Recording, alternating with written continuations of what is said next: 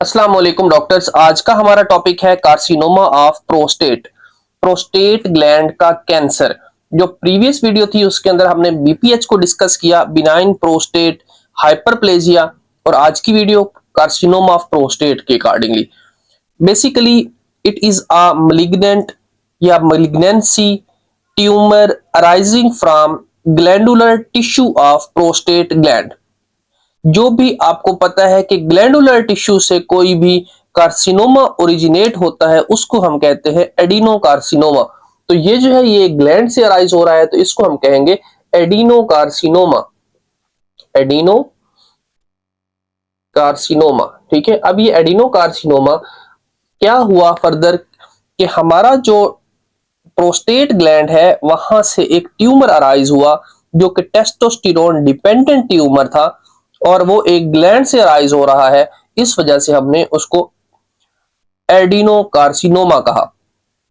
अब next step पे ये है कि जब ये पेशेंट प्रेजेंट करते हैं तो इनमें मोस्ट प्रोबेबली जो एज होती है वो मोर देन 60 ईयर्स होती है। ठीक है, मोर देन 60 ईयर्स के अंदर ये पेशेंट प्रेजेंट करते हैं, और अगर एज जो है वो मोर देन 80 ईयर्स है तो फिर हमारे पास 80% चांस है ये मैलिग्नेंसी होने का। ठीक है, उसके अलावा अगर हम इस क्लिनिकल फीचर्स की बात करें तो ये बहुत ही स्लो ग्रोइंग कार्सिनोमा होता है। ठीक है, इसके अंदर इरिटेटिव सिम्टम्स आ सकती हैं या हमारे पास ऑब्स्ट्रक्टिव सिम्टम्स आ सकती हैं। इरिटेटिव सिम्टम्स वो होंगी जिसके अंदर पेशेंट बहुत ज्यादा इरिटेशन फील करेगा व्हाइल पासिंग द यूरिन, और उसको जो यूरिन है वो ड्रॉपलेट की तरह थोड़ा थोड़ा यूरिन उसको पास होगा। ठीक है, और बहुत ज्यादा डिफिकल्टी होगी यूरिन पास करने के अंदर।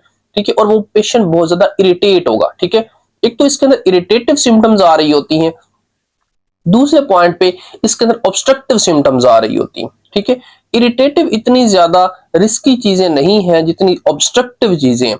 ऑब्स्ट्रक्टिव का मतलब कि for example this a bladder. ठीक है, मैं यहाँ पे ब्लैडर ड्रा कर देता हूं।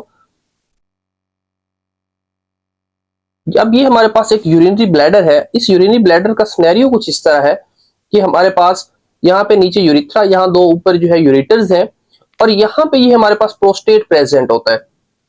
अब ये जो प्रोस्टेट प्रेजेंट है इसकी वजह से जो यूरिन का आउटफ्लो है इन जो यूरिथ्रा के थ्रू बॉडी से बाहर जा रहा था वो ऑब्स्ट्रक्ट हो जाता है। ऑब्स्ट्रक्ट होना मतलब रुकावट हो जाती है। जब ये रुक जाता है तो यहाँ पे जो यूरिन है उसकी कलेक्शन होना स्टार्ट हो जाती है, बहुत ज्यादा ओवरफ्लो हो जाता है। ठीक है, जिसको हम कहते हैं रिटेंशन विद ओवरफ्लो। अब ये रिटेंशन हो रही है, ये ओवरफ्लो हो रहा है। ठीक है, जब ये ओवरफ्लो हो रहा है, रिटेंशन हो रही है, जिसको हम कहते हैं ब्लैडर आउटलेट ऑब्स्ट्रक्शन हो रही है। ठीक है, तो इस सिनेरियो के अंदर पेशेंट को हीमाचूरिया भी हो सकता है। ठीक है, हीमाचूरिया क्या होता है? हीमाचूरिया होता है ब्लड जो है वो यूरिन के अंदर आना स्टार्ट हो सकता है, क्योंकि पेशेंट जो है बहुत ज्यादा जोर लगाने की ट्राई करेगा। उसको जब यूरिन पास करने के लिए अर्ज होगा, क्योंकि ब्लैडर उसका फिल पड़ा हुआ है, वो जब ट्राई करेगा तो वो हमारे पास टिश्यू डैमेज हो सकता है और वहां से ब्लीडिंग हो सकती है, और वो यूरिन के साथ मिक्स होके आएगी तो हम उसको हीमाचूरिया कहेंगे।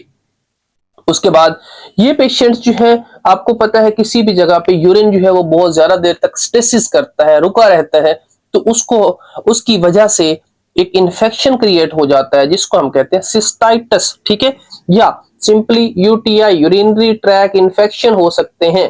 ठीक है, इन्फेक्शन क्यों हो रहा है? क्योंकि बहुत ज्यादा देर तक एक जगह पे यूरिन रुका हुआ है। ठीक है, उसके अलावा हमारे पास एक और चीज हो सकती है जिसको हम कहते हैं पोस्ट रेनल फेलियर। ठीक है, रेनल फेलियर जो है उसकी 3 टाइप्स होती हैं बेसिकली।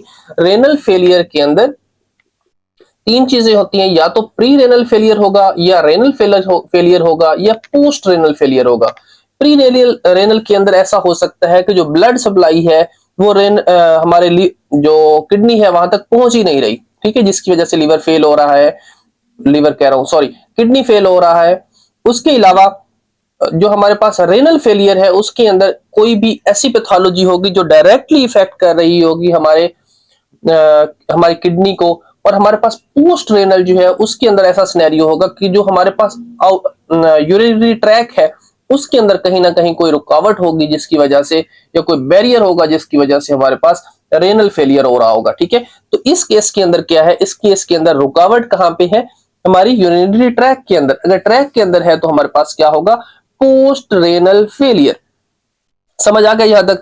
ये है हमारे पास क्लिनिकल फीचर्स। उसके बाद अगर हम इनको जनरल फिजिकल एग्जामिनेशन पे बात करें तो इस केस के अंदर ऐसा होता है कि जो वेट लॉस है, लिम्फ नोड पॉजिटिव है, मेटास्टेसिस है, या डिफरेंट बोन्स तक मेटास्टेसिस की बात करें तो ये सारा कुछ बहुत ज्यादा लेट प्रेजेंट करता है। रीजन इज दैट कि ये बहुत ही स्लो ग्रोइंग ट्यूमर होते हैं और इनके अंदर जो सर्वाइवल रेट्स है वो मोर देन 10 ईयर्स होते हैं, ठीक है, इवन अनट्रीटेड, ठीक है, अगर उनको ट्रीट ना भी करें तो उनको जो सर्वाइवल रेट है वो मोर देन 10 ईयर्स होता है, ठीक है। तो ये मेटास्टाइज बहुत जल्दी नहीं करते। अगर फॉर एग्जांपल ये मेटास्टाइज करें तो हम हमारे पास सबसे पहले कहां जाते हैं, आपको पता है ये पेल्विक बोन के पास पड़ा होता है, पेल्विक बोन के बिल्कुल पीछे वाली साइड पे हमारा स्पाइनल कॉर्ड है, ठीक है। तो ये सबसे पहले जो हमारे पास बोन के अंदर मेटास्टाइज होते हैं, बोन के बाद ये लंग्स के अंदर मेटास्टाइज होते हैं, फिर ब्रेन और लिवर के अंदर, ठीक है। बट जब ये स्पाइनल कॉर्ड को कंप्रेस करेंगे, हमारे वर्टिब्रल कॉलम को कंप्रेस करेंगे तो एक पैथोलॉजी क्रिएट होगी जिसको हम कहते हैं स्पास्टिक पैराप्लेजिया, ठीक है, स्पास्टिक पैराप्लेजिया। अब ये स्पास्टिक पैराप्लेजिया सिनेरियो हो रहा है, इसके अंदर क्या हो रहा है, हमारा स्पाइनल कॉर्ड जो है वो कंप्रेस हो रहा है, ठीक हो गया। अब नेक्स्ट बात करते हैं इसकी पीआर के ऊपर, ठीक है। पीआर क्या है, पर रेक्टल एग्जामिनेशन, ठीक है। पर रेक्टल एग्जामिनेशन के अंदर ऐसा सिनेरियो है, हमारे पास ऑन एग्जामिनेशन के बाद जो है वो नेक्स्ट स्टेप पे था पर रेक्टल एग्जामिनेशन, ठीक है। अब पर रेक्टल एग्जामिनेशन के अंदर ये है कि आपने उसको पर रेक्टल उसको पाल्पेट करने की ट्राई करनी होती है। जब आप उसको पर रेक्टल पाल्पेट करते हो तो इस केस के अंदर क्या होता है, इस केस के अंदर ऐसा होता है कि जो साइज है वो उसका पाल्पेबल होता है, बड़ा हुआ हो तो सरफेस जो है वो इररेगुलर होती है, ठीक है। आप जब प्रोस्टेट हाइपरप्लेजिया को पाल्पेट कर रहे थे तो उसकी सरफेस जो थी वो स्मूथ थी, ठीक है, रेगुलर थी, सिमेट्रिकल थी, ठीक है। लेकिन इस केस के अंदर क्या हो रहा है कि वो इररेगुलर होगा, क्योंकि जहां भी ट्यूमर होता है वो इररेगुलर ही होता है, एसिमेट्रिकल होता है, पाल्पेबल हार्ड मैस होता है, ठीक है। उसके अलावा इस केस के अंदर जो कि एक डिफरेंशिएटिंग पॉइंट है वो ये है कि जो हमारे पास बीपीएच है उसके अंदर मीडियन सल्कस जो है वो पाल्पेबल होती है, ठीक है। हमने लास्ट में बात की थी कि यहाँ पे जो मीडियन सल्कस होती है वो पाल्पेबल होती है हमारे पास किसमें, बीपीएच में। लेकिन इस केस के अंदर या ट्यूमर के अंदर जो बीपीएच की मीडियन सल्कस है वो पाल्पेबल नहीं होती, ठीक है। ये डायग्नोस्टिक पॉइंट है जिस पे हम इन दोनों को डिफरेंशिएट कर सकते हैं, ठीक है। उसके अलावा अगर हम एब्डोमिनल एग्जामिनेशन की बात करें तो उसके अंदर जो ब्लैडर है या किडनीज है वो पाल्पेबल होना स्टार्ट हो जाएंगी, क्योंकि उनके अंदर यूरिन अकामुलेशन हो रही है, हाइड्रोनेफ्रोसिस हो रहा है। इस केस के अंदर हमारा जो ब्लैडर है बहुत ज्यादा फिल है, तो हम जब उसको एब्डोमेन को पाल्पेट करेंगे तो हमें इजीली पाल्पेट हो जाएगा, ठीक है। अब थोड़ी सी नेक्स्ट बात कर लेते हैं कि अगर फॉर एग्जांपल हमने इन्वेस्टिगेशन की तरफ जाना है, इन्वेस्टिगेशन के अंदर ऐसा है कि एक तो पीआर के बारे में हमने बात की, बेसिकली इन्वेस्टिगेशंस में नहीं आता पर रेक्टल एग्जामिनेशन, ये तो क्लिनिकल एग्जामिनेशन के अंदर आता है। इसके अंदर मीडियन सल्कस वाला पॉइंट बहुत ज्यादा इंपॉर्टेंट है, वो आपने याद रखना है कि मीडियन सल्कस जो है वो पाल्पेबल नहीं होती या ओब्लिटरेटेड होती है, ठीक है। और रेक्टल म्यूकोजा जो है वो इमोबाइल होता है, ये पॉइंट मैंने स्किप किया। रेक्टल म्यूकोजा जो हमारे पास रेक्टम के अंदर जो म्यूकोजा होता है वो इमोबाइल होता है। अगर वो मोबाइल हो रहा है तो वो बीपीएच है, और मीडियन सल्कस पाल्पेबल हो रही है तो वो बीपीएच है। अगर मीडियन सल्कस पाल्पेबल नहीं हो रही और वो जो रेक्टल म्यूकोजा है वो इमोबाइल है तो ये हमारे पास क्या होगा, कार्सिनोमा ऑफ प्रोस्टेट, ठीक हो गया। अब इन्वेस्टिगेशन के अंदर ये है कि आपने फर्स्ट ऑफ ऑल सीबीसी करवाना है, उसकी वजह आप रूल आउट कर पाते हैं कि किसी किस्म को कोई इन्फेक्शन तो नहीं चल रहा, ठीक है। उसके अलावा कंप्लीट यूरिन एग्जाम के अंदर आप देख सकते हो कि हीमोचूरिया वगैरह है तो वो चीज तो नहीं आ रही। आरएफटीज करवा सकते हो जिसके अंदर आप देख सकते हो most probably ALP alkaline phosphatase अगर बढ़ा हुआ है तो इसका मतलब ये है कि कहीं ना कोई बोन के ऊपर इफेक्ट हो रहा है। और अगर बोन के ऊपर इफेक्ट हो रहा हो तो क्या हमारे पास इश्यू आता है, इश्यू ये आता है कि हमारे पास मेटास्टाइज हो रही है कार्सिनोमा जो है वो बोन्स के अंदर, ठीक है। तो एएलपी इंक्रीज होना स्टार्ट हो जाएगा, ठीक है। एएलपी बोन्स के अंदर भी इंक्रीज होता है, एएलपी किसी भी जो गॉल ब्लैडर है उसके अंदर कोई पैथोलॉजी हो तो उसके अंदर भी हमारे पास एएलपी इंक्रीज होना स्टार्ट हो जाता है, ठीक है। अल्ट्रासाउंड एब्डोमेन प्लस केयू भी करवा लेंगे, ठीक है, या पेल्विस करवा लेंगे, जिसके अंदर हमें प्रोस्टेट जो है वो पता चल जाएगा कि प्रोस्टेट का साइज इंक्रीज है या नहीं, रेगुलर है या नहीं, ठीक है। फिर यूरोडायनामिक स्टडीज होती हैं जिनके अंदर हम चेक कर सकते हैं यूरिनरी ट्रैक कैसा है, ठीक है। स्क्रीनिंग टेस्ट, ये बहुत ज्यादा इंपॉर्टेंट है, बार बार इसके अंदर से क्वेश्चन पूछा जाता है कि कौन कौन से स्क्रीनिंग टेस्ट है जो कि हम करवा सकते हैं।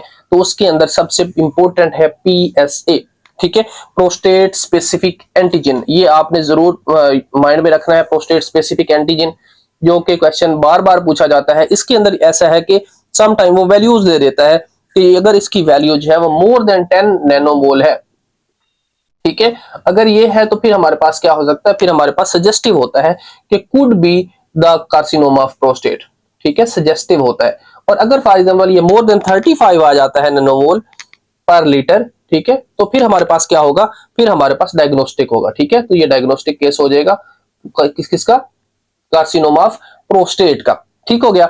उसके अलावा हम एक और स्क्रीनिंग टेस्ट करवा सकते हैं जिसके अंदर एसिड फास्फेट लेवल्स चेक करवा सकते हैं, ठीक है। अगर हम इन्वेस्टिगेशन ऑफ चॉइस की बात करें तो जैसे कि हर कैंसर के अंदर इन्वेस्टिगेशन ऑफ चॉइस जो है वो हमारे पास बायोप्सी ही है। बायोप्सी के अंदर इस सिनेरियो कुछ इस तरह होता है कि हम ट्रांसरेक्टल जो है वो एक एक्सट्रूजन करते हैं प्रोस्टेट की, और उसके बाद उसे बायोप्सी करवाते हैं, तो हमें पता चलता है कि ये मैलिग्नेंट है या बिनाइन है, ठीक है। और अगर फॉर एग्जांपल हमने देखना हो कि ये एक्सटेंड कहां तक कर रहा है, तो उसके लिए हम सिटी या MRI वगैरह भी करवा सकते हैं, ठीक है। उसके अलावा कुछ और टेस्ट भी इस केस के अंदर करवा सकते हैं, जिसके अंदर बोन स्कैन वगैरह करवा सकते हैं, चेस्ट एक्सरे करवा सकते हैं, उसके रीजन कि ये मेटास्टाइज होकर लंग्स तक तो नहीं पहुंचा हुआ। LFTs करवा सकते हैं अल्कलाइन फास्फेटेज देखने के लिए, अल्ट्रासाउंड और अल्ट्रासाउंड एब्डोमेन या लीवर को देखने के लिए कि लीवर के अंदर ये मेटास्टाइज तो नहीं हो गया, ठीक है। इसकी स्टेजिंग की बात करें तो स्टेजिंग के अंदर ये है कि इसको 4 स्टेजिंग के अंदर डिवाइड किया हुआ है, ठीक है। अगर तो फॉर एग्जांपल PSA क्या है, प्रोस्टेट स्पेसिफिक एंटीजन जो है वो अगर पॉजिटिव आ जाता है और उसके साथ ट्यूमर जो है लेवल 1 पे है, तो हम इसको कहेंगे ये लेवल, और या इसके साथ स्टेज 2 के अंदर अगर जो ट्यूमर है 2 सेंटीमीटर तक गया हुआ है और जो ट्यूमर है वो T2 लेवल पे गया हुआ है, तो ये दोनों कंडीशन जो फर्स्ट 2 स्टेजेस हैं इसको हम अर्ली डिजीज कहते हैं, ठीक है, अर्ली डिजीज, ठीक है। इन दोनों कंडीशन के अंदर हम क्या कहेंगे, ये अर्ली डिजीज है, ठीक है। और अगर फॉर एग्जांपल ये ब्लैडर को भी इन्वॉल्व कर रहा है, ठीक है, इन्वॉल्विंग ब्लैडर, यूरिनरी ब्लैडर को इन्वॉल्व कर रहा है, मतलब इस हद तक एक्सटेंड हो चुका हुआ है, ठीक है, या हमारे पास जो है रेक्टम 4th स्टेज के ऊपर रेक्टम तक चला गया हुआ है, तो ये दोनों स्टेजेस जो है इनको हम क्या कहेंगे, इसको हम कहेंगे एडवांस्ड डिजीज, ठीक है, एडवांस्ड डिजीज, ठीक है। अब अर्ली डिजीज और एडवांस्ड डिजीज दो अलग अलग हमारे पास सिनेरियो आ गए हुए हैं। अब इसके अंदर होता यह है कि हमने इन दोनों को उसके अकॉर्डिंगली ही मैनेज करना होता है, ठीक है। उसके अकॉर्डिंगली मतलब जो अर्ली डिजीज है उसको अर्ली डिजीज के अकॉर्डिंगली मैनेज करेंगे, और जो हमारे पास एडवांस डिजीज है उसको एडवांस के अकॉर्डिंगली मैनेज करेंगे, ठीक है। अब नेक्स्ट स्टेप पे हम ऐसा करते हैं कि कुछ ड्रग्स होती हैं जो जिनको हम कहते हैं एंटी एंड्रोजन ड्रग्स, ठीक है, एंड्रोजन ड्रग्स, ठीक है, एंटी एंड्रोजन ड्रग्स, ठीक है। ये कुछ ड्रग्स होती हैं ये जो कि हमने इनिशियली इस केस के अंदर देनी होती हैं, ठीक है, जिनके अंदर स्पेसिफिकली हमारे पास growth hormone, releasing hormone, androgen जो है वो देते हैं, गुसरलिन और बुसरलिन, जो कि हमारे ग्रोथ हार्मोन, रिलीजिंग हार्मोन को पिट्यूटरी ग्लैंड से जाकर इनहिबिट कर देते हैं। फ्लूटामाइड दे सकते हैं, मेड्रोक्सीप्रोजेस्टेरोन दे सकते हैं, और एंटी टेस्टोस्टेरोन ड्रग्स होती हैं जिनके अंदर हमारे पास क्रेपेटेरोटेरोन एसीटेट हो सकता है, ठीक है। ये हमारे पास जो चंद ड्रग्स हैं वो आपने इनिशियल स्टेज पे देनी होती हैं। अगर हम सर्जरी की बात करें तो फर्दर इसके अंदर अर्ली डिजीज प्रेजेंट कर सकती है जिसको हमने क्यूरेटिवली ट्रीट करना होता है, ठीक है, क्यूरेटिव मैनेजमेंट करनी होती है। क्यूरेटिव मैनेजमेंट के अंदर ऐसा होता है कि आपने जो सर्जरी करनी होती है उसके अंदर प्रोस्टेट को रेडिकल प्रोस्टेक्टमी कर देनी होती है, मतलब पूरा ही प्रोस्टेट निकाल देना होता है, और उसके साथ जो है पेल्विक की लिम्फ नोड्स जो होती हैं उनको भी रिसेक्शन कर देते हैं, ठीक है। और अगर हम लेट डिजीज की बात करें तो लेट डिजीज के अंदर ऐसा है कि इसके अंदर आपने सर्जरी करनी होती है और चूडेक्टमी करनी होती है और पैलिएटिव रेडियोथेरापीज देनी होती हैं, प्लस हार्मोनल थेरापीज देनी होती हैं, ठीक है। तो ये चंद चीजें हैं जो कि आपको पता होनी चाहिए कार्सिनोमा ऑफ प्रोस्टेट के बारे में। एक क्विक सा रिकैप देते हैं, जैसा कि हमने बात की कार्सिनोमा ऑफ प्रोस्टेट के बारे में। तो कार्सिनोमा ऑफ प्रोस्टेट के अंदर ये है कि ये ग्लैंडुलर टिश्यू है जो कि जिसको हम एडिनोकार्सिनोमा कहते हैं। इरिटेटिव या ऑब्स्ट्रक्टिव सिम्टम्स आ सकती हैं। जो हमारे पास कार्डिनल सिम्टम्स ऑफ कैंसर है वो बहुत ज्यादा लेट प्रेजेंट करती हैं, पर रेक्टल एग्जामिनेशन के ऊपर ये जो रेक्टल म्यूकोजा है वो इमोबाइल होता है। इमोबाइल होने के साथ साथ हमारे पास जो उसकी मीडियन सल्कस है वो पाल्पेबल नहीं होती। ठीक है, अगर हम इन्वेस्टिगेशंस की बात करें तो सारी बेसलाइन आपने करवानी होती है, स्पेसिफिकली यूरोडायनामिक स्टडीज करवानी है, स्क्रीनिंग टेस्ट करवाना है जिसके अंदर प्रोस्टेट स्पेसिफिक एंटीजन जरूर करवाना है। ठीक है, उसके साथ जो है बायोप्सी करवा सकते हैं उसकी क्लेरिफिकेशन के लिए, और फर्दर जो है सीटी एमआरआई करवा सकते हैं उसकी एक्सटेंशन के लिए।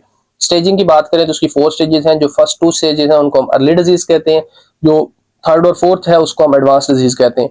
इन दोनों स्टेरियोज के अंदर ऐसा होता है कि जो अर्ली डिजीज होती है उसको हमने क्यूरेटिवली मैनेज करना होता है, जिसके अंदर हम सर्जरी करते हैं और प्रोस्टेट कंप्लीट निकाल लेते हैं, और जो पेल्विक लिम्फ नोड्स होते हैं उनको भी निकाल देते हैं। जो लेट डिजीज होती है उसके अंदर हमने पैलिएटिव रेडियोथेरापी करनी होती है, सर्जरी भी करनी होती है और जोडेक्टमी करनी होती है, और उसके साथ हार्मोनल थेरापीज देनी होती है। ठीक है, तो ये चंद चीजें जो कि आपको पता होनी चाहिए। यहाँ तक अगर कोई भी आपको पॉइंट क्लियर नहीं हुआ तो आप कमेंट बॉक्स में पुट कीजिएगा, मैं इंशाल्लाह ट्राई करूंगा कि आपको as soon as possible reply कर दूं। ठीक है, फिलहाल के लिए इतना ही। Thank you so much doctors, अल्लाह हाफिज।